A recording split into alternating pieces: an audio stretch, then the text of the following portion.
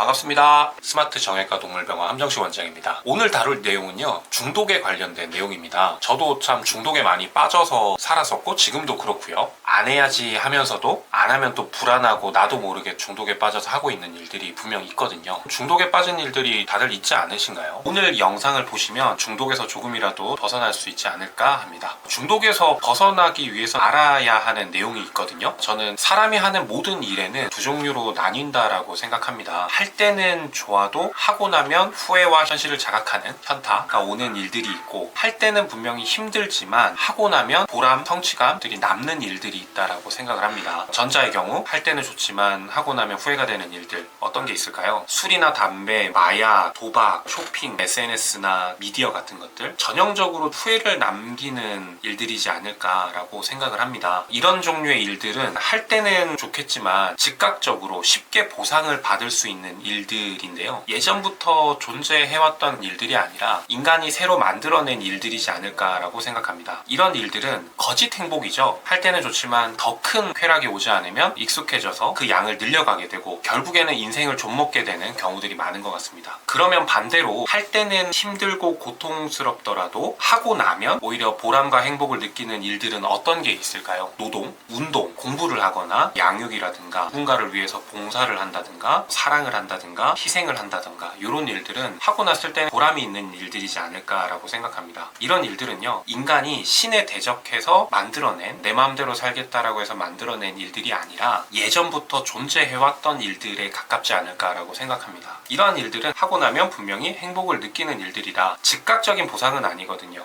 고통을 견뎌낸 이후에만 받을 수 있는 지연형 보상이다 라고 생각 들고요. 시간이 지날수록 가치가 올라가는 일들이죠. 인간이 원래부터 해오던 신이 허락한 일에 가까울 것이다 라고 생각합니다. 어떤 일들은 후회와 좌절, 그런 감정을 느끼게 하고 어떤 일들은 보람과 행복을 느끼게 합니다. 왜 그럴까요? 같은 일을 한다 하더라도 사람에게는 양심이 있기 때문이 아닐까라고 생각을 합니다. 양심이라고 하는 게 사람이 이해하기 힘든 원리가 있다라는 생각이 듭니다. 부모에게 공경하라 라는 내용을 들어볼게요. 왜 부모에게 공경을 해야 할까요? 잘 생각해보면 딱히 배워서 그런 게 아니라 그렇게 태어나, 이게 바로 하나님이 만든 섭리가 아닐까라고 생각을 합니다. 다른 예를 들자면 살인하지 말라, 직관적으로도 누군가를 죽여서는 안 된다라는 거는 다들 알고 있는 일이잖아요. 그렇게 하면 안 될 것 같다라는 최소한의 양심이 있잖아요. 그 마음은 우리가 어떤 교육이나 진화나 이런 것들에 의해서 만들어진 게 아니라 원래부터 주어진 마음이지 않을까. 후회를 남기는 중독의 삶에서 벗어나서 보람을 남기는 의미 있는 삶으로 가야 하겠죠. 그러면 중독에서 벗어나기 위해서는 어떻게 해야 할까요? 다양한 방법들이 있겠지만 가장 근본적인 방법은요, 내 삶의 의미를 찾고 재정립하는 데 있지 않을까라고 생각합니다. 쉽게 말하자면 왜 사는지를 알기 시작하면 내 인생이 소중해지거든요. 소중한 인생을 낭비하지 않아야겠다라는 마음이 있어야 중독에서 벗어날 수 있지 않나라고 생각합니다. 단순히 담배 끊어야지, 술 끊어야지 이런 마음은 잠시 있었다가 없어지기도 하잖아요. 근데 정말 진지하게 내 삶의 소중함을 깨닫게 되면 자연스럽게 각종 중독에서 벗어날 수 있는 동기가 되는 것 같습니다. 어차피 망가진 인생이고 내 몸도 마음도 망가져도 되는 게 아니라 내 삶과 인생이 소중하다라는 것을 깨달아야 몸도 마음도 소중히 여길 수 있지 않을까. 우리 모두는요, 사랑받기 위해서 태어난 존재입니다. 내가 사랑받아야 하는 존재이고 내 삶이 소중해야만 후회와 좌절을 남기는 중독에서 벗어나기 위해서 노력을 할 수 있을 것 같습니다. 두 번째 방법은요, 후회가 남는 일을 줄이기 위해서